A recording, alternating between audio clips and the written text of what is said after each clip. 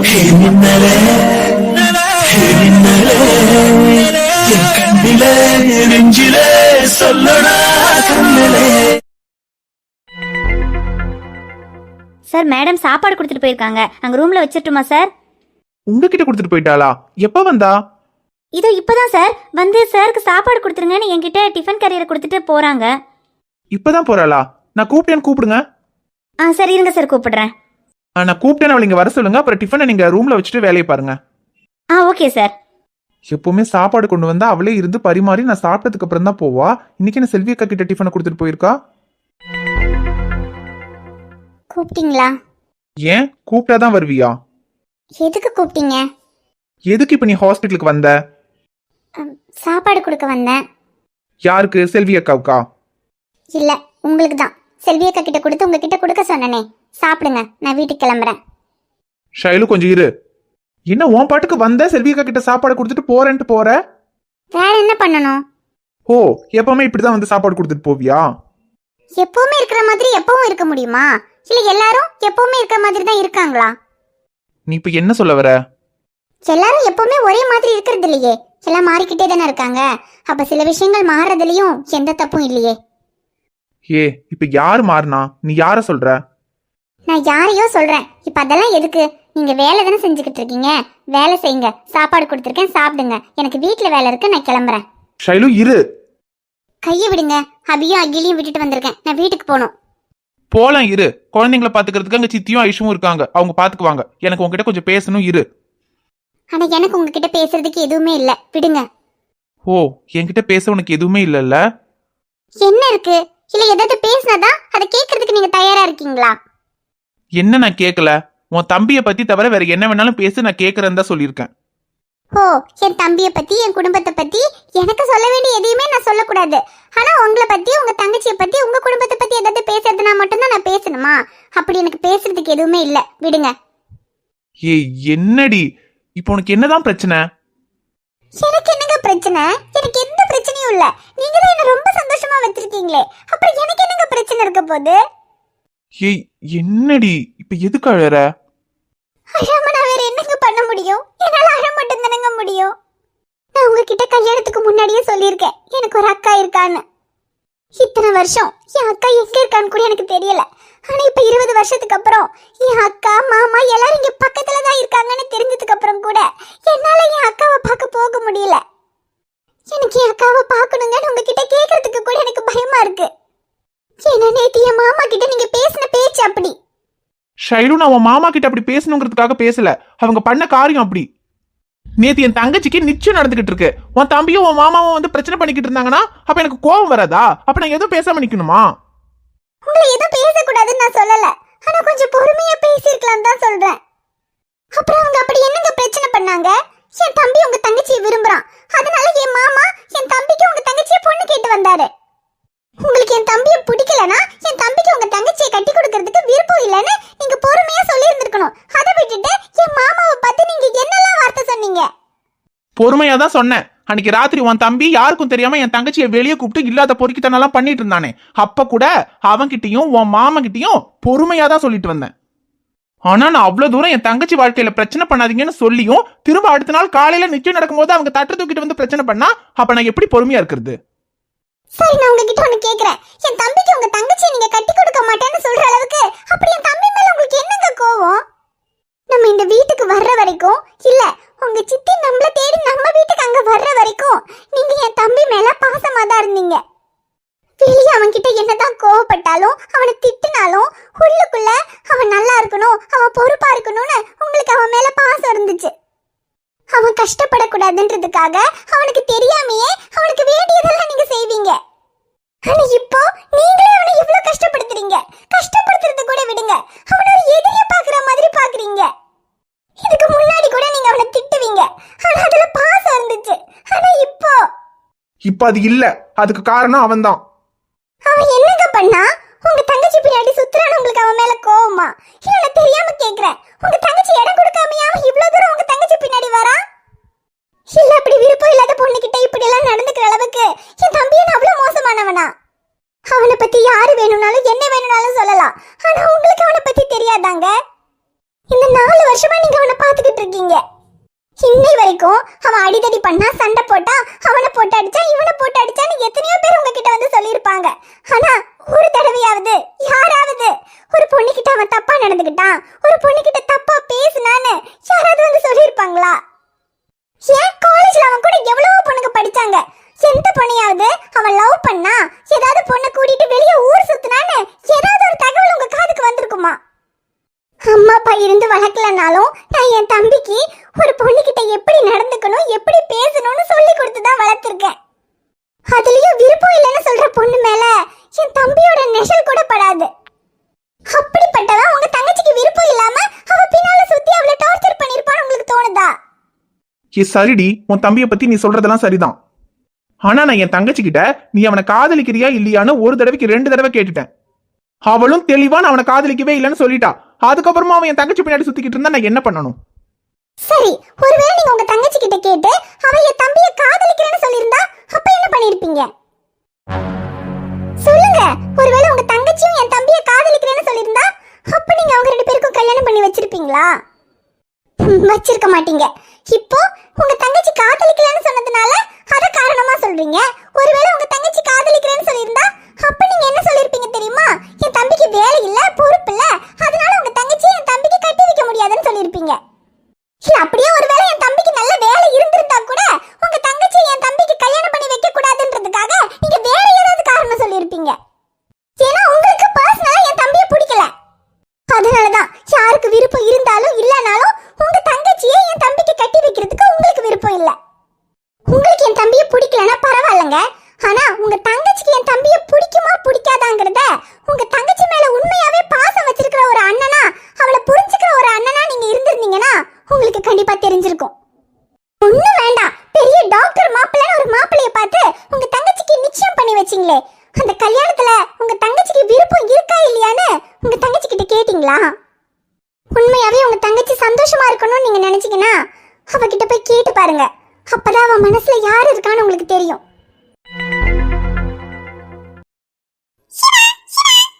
பட்டி எப்பவுமே சிவா சிவானே தான் சொல்லிக்கிட்டு இருக்கோம். இப்பதான் சிவா மாமா வந்துட்டாரே, இப்ப சிவா மாமா கிட்ட போகுமா?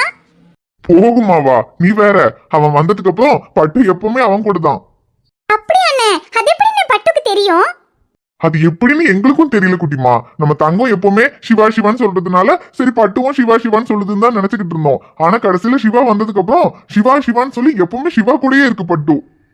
முன்னாடி எல்லாம் எப்பவுமே உன் அண்ணி கூடயே தான் இருக்கும். ஆனா இப்ப சிவா வந்ததுக்கு அப்புறம் உன் அண்ணி கிட்ட கூட அவ்வளவு நேரம் இருக்கிறது இல்ல. அவன் வீட்டுக்கு வந்துட்டாலே அவன் கிட்ட போயிடும். அப்புறம் அவன் வெளியே எங்கேயாவது போனா கூட சில நேரத்துல அவன் பின்னாடியே போயிடும். ஐயோ அப்படியா? என் பட்டு எப்பவுமே அண்ணி கூடயே தான் இருப்ப. நீ பாட்டுக்கு சிவா மாமா வந்ததும் சிவா மாமா கூட போயிட்டா அப்புறம் என் அண்ணி பாவம்ல. அன்னைக்கு பேச்சு தனக்கு யார் இருக்கா? நீ தானே அண்ணி கூட எப்பவுமே பேசிட்டு இருப்ப. இப்ப என் அண்ணி என்ன பண்ணுவாங்க? அதெல்லாம் முன்னாடி குட்டிமா. அப்ப நம்ம வீட்டுல யாருமே இல்ல, அதனால பட்டு கூட பேசிட்டு இருப்பா. ஆனா இப்பதான் அப்பதான் வந்துட்டாங்க. அப்புறம் நம்ம சிவாவோட ஃப்ரெண்டு சக்தின்னு சொல்லிட்டு அவருடைய ஒய்ஃப் பாட்டி எல்லாருமே நம்ம வீட்டுல தானே இருக்காங்க. அவங்க எல்லாருமே இருக்காங்களே தங்கத்தோட பேசுறதுக்கு. ஓ ஆமாலண்ணே. ஆனா இப்போ இவங்க எல்லாம் இருக்கிறதுனால உனக்கும் கொஞ்சம் டென்ஷன் இல்ல. இல்லாட்டி வெளியே போகும்போது அண்ணியை தனியா விட்டுட்டு போகணும்னு எப்பவுமே டென்ஷனோட இருப்ப. ஆனா இப்ப எல்லாரும் இருக்காங்க அண்ணியை பாத்துக்கிறதுக்கு. என்ன? ஆமா குட்டிமா, இவங்க எல்லாம் வந்ததுக்கு அப்புறம் தான் எனக்கு கொஞ்சம் நிம்மதியா இருக்கு. எல்லாரும் வந்ததுக்கு அப்புறம் சொல்றதை விட சிவா மாமா வந்ததுக்கு அப்புறம் அண்ணியோட முகமே மாறிடுச்சே. முன்னாடியெல்லாம் வந்து அண்ணியை பார்க்கும் போதே மனசுக்கு கஷ்டமா தான் இருக்கும். ஆனா இப்ப அண்ணியோட இந்த சிரிச்ச முகத்தை பாக்குறதுக்கே எவ்வளவு சந்தோஷமா இருக்கு தெரியுமா? அண்ணி, நீங்க எப்பவுமே சிவா எப்ப வருவான்னு கேட்டுக்கிட்டே இருந்ததுக்கு இப்போ சிவா மாமா வந்துட்டாரு. இப்போ உங்களுக்கு சந்தோஷம் தானே அண்ணி?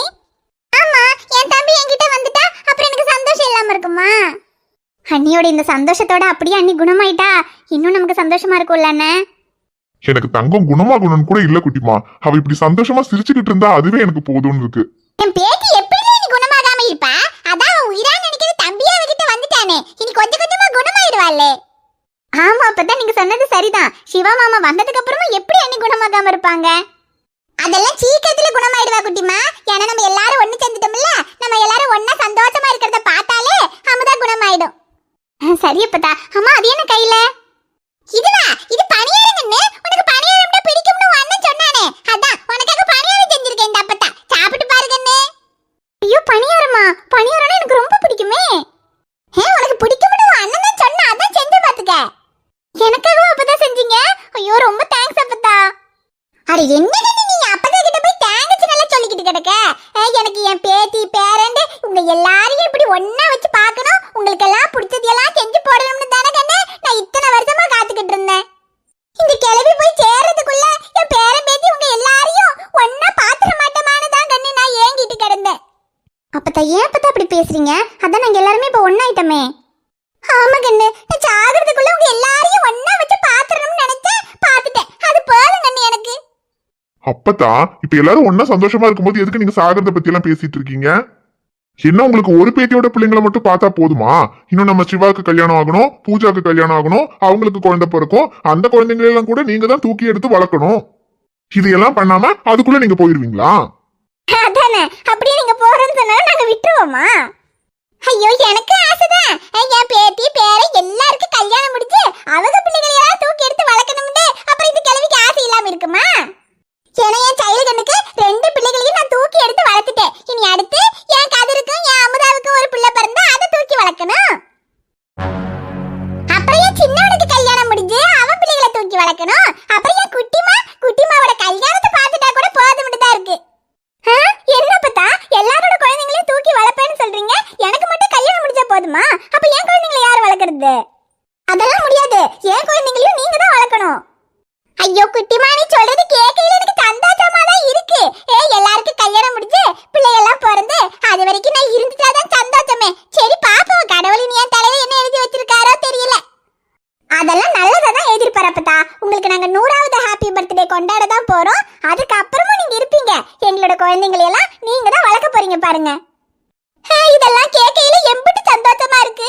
ஆனா இத்தனை காலமும் இந்த சந்தோஷத்தை எல்லாம் அனுபவிக்க விடாம நான் பெத்த அந்த படிபாவி பயலால எல்லாம் பிரிஞ்சிருக்க வேண்டியதா போச்சு. அப்பதா எல்லாரும் ஒன்னா சந்தோஷமா இருக்கும்போது எதுக்கு அந்த பத்தி பேசிட்டு இருக்கீங்க? விடுங்க. அப்புறம் குட்டிமா, சிவாவும் அப்பதாவும் வந்திருக்காங்க. அப்புறம் அண்ணியும் நீ பார்த்து ரொம்ப நாள் ஆச்சுன்னு சொன்னதுனாலதான் நான் உன்னை வர சொன்னேன். நீங்க வந்த விஷயம் அப்பாக்கு தெரியாதுல்ல? இல்லண்ணே தெரியாது. நான் எப்பவும் போல காலேஜுக்கு போறேன்னு சொல்லிட்டு தானே வந்தேன். சரி சரி, இருந்தாலும் அவர் எப்படியாவது கண்டுபிடிச்சிருவாரு. அதனால இதுக்கப்புறம் அடிக்கடி எல்லாம் இங்க வர வேண்டாம். சரி கதிரி, என்னல நீ அந்த பிள்ளை போய் வர வேண்டாம்னு சொல்ற? நம்ம எல்லாரும் இங்க இருக்கும்போது ஒண்ணா சந்தோஷமா இருக்கும். அந்த பிள்ளை மட்டும் அங்க தனியா இருக்குமா? அதுக்கு கஷ்டமா இருக்காதாலே? அடிக்கடி வந்து பாத்துட்டு போகட்டும்ல. அதுக்கு என்ன பண்றது அப்பதா? உங்களுக்கு தான் அவரை பத்தி தெரியும்ல. அண்ணா, நீ எதுக்காக அப்பா மேல கோவப்பட்டுட்டு இங்க வந்தேன்னு கூட எனக்கு தெரியாது. என்ன எதுன்னு கேட்டதுக்கு நீ சின்ன பொண்ணு, அதெல்லாம் உனக்கு வேணான்னு சொல்லிட்டு நீ பாட்டுக்கு அண்ணியை கூட்டி இங்க வந்துட்ட. அப்பாவுக்கும் உனக்கும் என்னதானே பிரச்சனை? குட்டிமா, நான் தான் சொன்னல, அதெல்லாம் உனக்கு தேவையில்லாத விஷயம். நீ எங்களை பாக்குறதுக்காக இங்க வரேன்னு தெரிஞ்சா அப்புறம் ஒன்னதான் திட்டுவாரு. அதெல்லாம் ஒன்னும் திட்ட மாட்டாருண்ணே. உனக்கும் அப்பாவுக்கும் என்ன பிரச்சனைனால எனக்கு தெரியல. ஆனா இப்ப அப்பத்தா, சிவா மாமா, ஷைலு அண்ணி எல்லாருமே உயிரோட இருக்காங்கன்னு தெரிஞ்சா அப்பா நிச்சயமா சந்தோஷம் தானே படுவாரு. ஆமாமா, நாங்கெல்லாம் உயிரோட இருக்கோம்னு தெரிஞ்சா உன் அப்பாக்கார ரொம்ப சந்தோஷப்படுவான். ஆமா, அததான் நானும் சொல்றேன். அப்பதான் அவதான் புரியாம பேசிட்டு இருக்கானா? நீங்க வேற சும்மா இருங்க. இல்ல கதிரு, என் சின்னவன் உயிரோட தான் இருக்காமட்டு அவனுக்கு தெரியணும்ல. அது தெரிஞ்சதுக்கு அப்புறம் அவன் முகத்துல வர சந்தோஷத்தை நான் பார்க்கணும்ல. அப்பதான் இங்க என்ன பேசுறீங்க? எந்த பிரச்சனையும் வேண்டான்னு தான் நானும் தங்கமும் ஒதுங்கி இருக்கோம். 22 வருஷத்துக்கு முன்னால நானும் ஒதுங்கிடாமல இருந்தேன். ஏன்னா அப்ப என் சின்னவன் குழந்தை. ஆனா இப்போ என் சின்னவன் சிங்கம்ல. அவன் அப்பன் கணக்கு அவன் கணக்குன்னு எல்லாத்தையுமே உன் அப்பனுக்கு அவன் கையால தான் கொடுக்கணும்னு எழுதி இருக்குல்ல. அதை யாராலையும் மாத்த முடியாது. எதுக்கு அப்பத்தா? அவனுக்கு இல்லனாலே ஏகப்பட்ட பிரச்சனை. இதுல இது வேறயா? அதெல்லாம் ஒண்ணும் வேண்டாம், கொஞ்சம் அமைதியா இருங்க. இங்க பாரு குட்டிமா, அப்பத்தா இப்படிதான் ஏதாவது சொல்லிட்டு இருப்பாங்க. ஆனா அதுக்காக நீங்க அடிக்கடி வர்றதெல்லாம் சரிப்பட்டு வராது. ஏன் அப்படி சொல்ற? அப்ப எனக்கு உங்களை எல்லாம் பார்க்கணும்னு இருக்காதா? கிளி, சரி விடுலே கதிரே, எப்பவாச்சும் ஒரு நாள் வந்து பார்த்துட்டு போகட்டும்ல. ஆமண்ணே, ப்ளீஸ்ண்ணே, நீங்க எல்லாரும் இங்க ஒண்ணா இருக்கும்போது நான் மட்டும் இங்க வரக்கூடாதுன்னு சொன்னா என்னண்ணே? ஐயோ சரி குட்டிமா, என்னைக்காவது ஒரு நாள் வா. ஆனா அதுக்குன்னு அடிக்கடி எல்லாம் வரக்கூடாது சொல்லிட்டேன். சரி, அடிக்கடினா டெய்லி எல்லாம் வர மாட்டேன். ஆனா ஒரு 2 நாளைக்கு ஒரு தடவை வந்துக்கிறேண்ணே. 2 நாளைக்கு ஒரு தடவையா குட்டிமா? அப்பதா பாருங்க அப்பதா. கிளி, பாவம்லே வந்துட்டு போட்டு விடுலே. ஆமா, இல்லனாலே அவ எப்ப வர்றதுன்னு தான் காத்துக்கிட்டு இருக்கா. இதுல நீங்க வேற இப்படி சொல்லுங்க, அப்புறம் இங்கேயே தங்குறேன்னு சொன்னாலும் சொல்லிடுவா. ஏன் தங்குனா என்ன தப்பு? நீங்க எல்லாருமே அப்பதா கூட இருந்திருக்கீங்க. ஆனா நான் மட்டும் தான் அப்பதா கூட இருந்தது இல்ல. இத்தனை வருஷம் நான் அம்மா அப்பா கூட தான் இருந்தேன். இப்போ நான் அப்பதா கூட இருந்தா என்ன? நீ இரு குட்டிமா, யாரு கேப்பா? அப்பதான் நீங்க சும்மா இருக்க மாட்டீங்க. அவளே இருக்கிறதுக்கு காரணம் கிடைச்சா போதும்னு காத்துக்கிட்டு இருக்கா. நீங்க வேற அவளை ஏத்தி விட்டுக்கிட்டு இருக்கீங்க. இல்ல இல்ல இதுக்கு மேல நீங்க இருந்தா சரிப்பட்டு வராது. நீ வர்றதெல்லாம் அப்புறம் பாத்துக்கலாம். முதல்ல இப்ப இங்க இருந்து இடத்த காலி பண்ணு. இருங்க, ஏன் போன்னு துரத்துற? காலேஜ் முடியறதுக்கு இன்னும் டைம் இருக்கு. காலேஜ் முடியற டைம்ல வீட்டுக்கு போனா போதும். அப்புறம் சிவமாமா கிட்ட இன்னும் நான் சரியா பேச கூட இல்ல. அங்க கடையில இருந்து சிவமாமா வருவாருன்னு கூட்டிட்டு வந்துட்டேன். அவர் வரட்டும், அவர்கிட்ட நான் பேசிட்டு தான் போவேன். குட்டிமா அவனை இன்னும் காணும். அவனுக்கு ஏதாவது வேலை இருக்கோ என்னமோ. நீ முதல்ல கிளம்ப, அவன் அப்புறமா பாத்துக்கலாம். இதோ சின்னவன் வந்துட்டான் பாரு.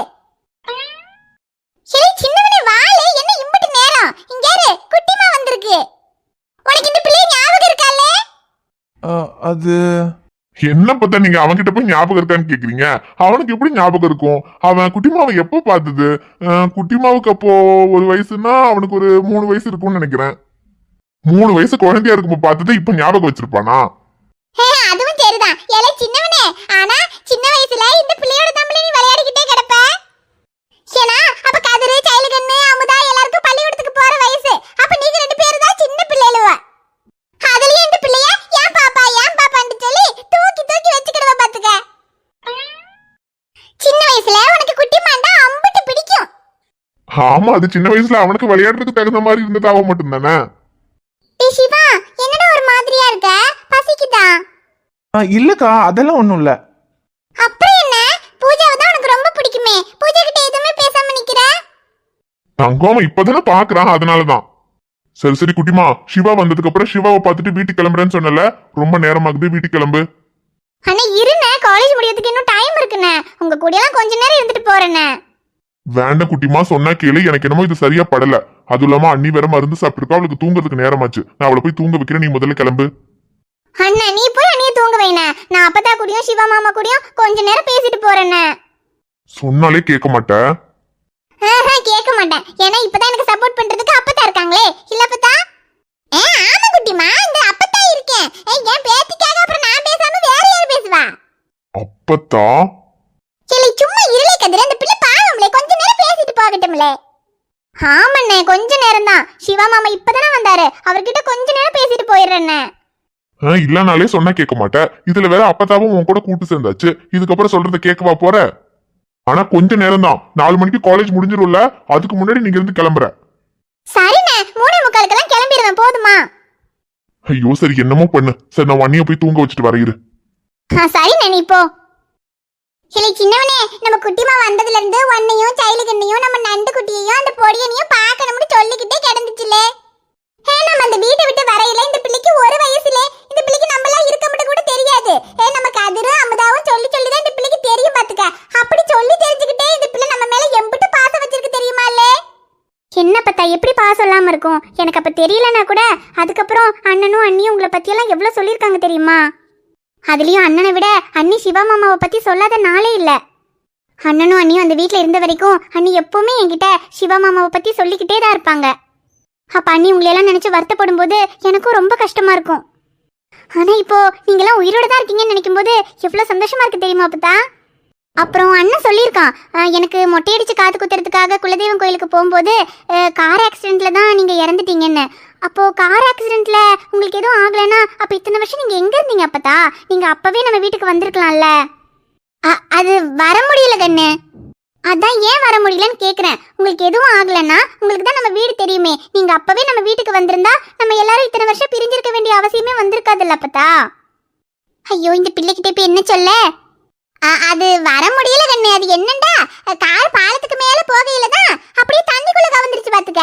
அதுக்கப்புறம் அங்க படகுல வந்தவங்க தான் எங்களை எல்லாம் காப்பாத்துனாவோ. அவங்க எங்களை வேற ஊருக்கு கொண்டு போயிட்டாங்க கண்ணு. அதுக்கப்புறம் தண்ணியில விழுந்ததுல எங்க 3 பேத்துக்கும் கொஞ்சம் நினைவில்லாம ஆஸ்பத்திரியில எல்லாம் கிடந்தங்கன்னு. அதுக்கப்புறம் எந்திரிக்கையில எனக்கு ஒன்றுமே நினைவில்ல பாத்துக்க. நம்ம வீட்டுக்கு வர்றதுக்கு எப்படி வரணும், என்ன ஊரு எல்லாம் கொஞ்ச காலத்துக்கு நினைவே இல்லை கண்ணு. அப்புறம் அங்க தெரிஞ்சவங்க அப்படி இப்படின்னு எங்களைய பாத்துக்கிட்டு நாங்க அங்கேயே இருந்துட்டோம் கண்ணு. அதுக்கப்புறம் வரவே முடியல கண்ணு. என்ன பத்தா, இந்த மாதிரின்னு போலீஸ் சொல்லியிருந்தா அவங்களே வீடு கண்டுபிடிச்சு உங்களை கொண்டு வந்து நம்ம வீட்டுல விட்டுருப்பாங்களே. ஐயோ, இந்த பிள்ளை வேற கேள்வி மேல கேள்வியா கேக்குதேம்மா. இவ அப்பங்காரம் பண்ண சதியெல்லாம் இந்த பிள்ளைகிட்ட சொல்லவும் முடியாது, கதிர் சொல்லக்கூடாதுன்னு சொல்லிட்டான். இப்ப என்ன செய்ய? இந்த பிள்ளைகிட்ட இருந்து எப்படி தப்பிக்க? ஐயோ கண்ணு, மறந்தே போயிட்ட பாத்துக்க. அடுப்புல பானை எடுத்து வச்சுட்டு வந்துட்டேன். அது கறிக்கு போயிடுங்க அண்ணே. நீ சின்னவங்க கிட்ட பேசணும்னு சொன்னேன். தப்பே இருந்த மாதிரி நிக்கிறான் பாரு. அவங்கிட்ட பேச நான் வந்துடுறேன். இப்ப நான் என்ன கேட்டுட்டேன்? அப்பதான் இப்படி ஓடுறாங்க. சிவா மாமா என்ன மாமா அங்க டீ கடையில வச்சு நான் ரொம்ப போல்டா பேசுறேன், என்ன ரொம்ப பிடிச்சிருக்கு, நம்ம ஃப்ரெண்ட்ஸ் ஆயிடலாம் சொன்னீங்க. ஆனா இப்ப நீங்க எதுவும் பேசாம தயங்கி நிக்கிறீங்க. அப்படியெல்லாம் எதுவும் இல்ல பூஜா. இல்லையே, அங்க டீ கடையில பேசின டோன் வேற மாதிரி இருந்துச்சு, இப்ப பேசுற டோன் வேற மாதிரி இருக்கு. என்ன மாமா நீங்க அப்படிலாம் பேசினத நான் அண்ணன் கிட்ட சொன்னா அண்ணன் உங்களை திட்டிடுன்னு பயந்துட்டீங்களா? இல்ல அது பயப்படாதீங்க மாமா, அதான் நான் சொல்ல மாட்டேன்னு சொல்லிட்டேன்ல. அப்புறம் இப்படி தயங்கி பேசாதீங்க மாமா, நீங்க அப்ப ஜாலியா பேசுனது எனக்கு ரொம்ப பிடிச்சிருந்தது. சரி மாமா, அப்புறம் நம்ம சின்ன வயசுல 2 பேரும் ஒன்னா தான் விளையாடுவோம்னு அப்பதான் சொன்னாங்க. ஆனா இப்போ என்னை பத்தி உங்களுக்கும் தெரியாது, உங்களை பத்தி எனக்கும் தெரியாது. அப்ப மட்டும் இல்ல, இப்பவும் இந்த வீட்ல எனக்கு செட்டுன்னா நீங்க தான் இருக்கீங்க. எனக்கு உங்ககிட்ட நிறைய விஷயம் பேச வேண்டியிருக்கு. ஆனா இப்போ வீட்டுக்கு போகணும், இன்னும் கொஞ்ச நேரம் தான் டைம் இருக்கு. அது வரைக்கும் கொஞ்சம் நம்ம 2 பேரும் வெளியே போய் பேசலாமா? அது சரி பேசலாம். சரி ஓகே, அப்ப வாங்க வெளியே போலாம்.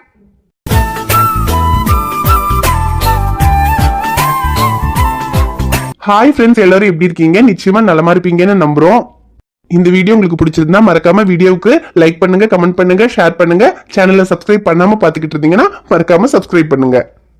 பாப்பா உங்களை பார்க்க நாளைக்கு வருவேன்.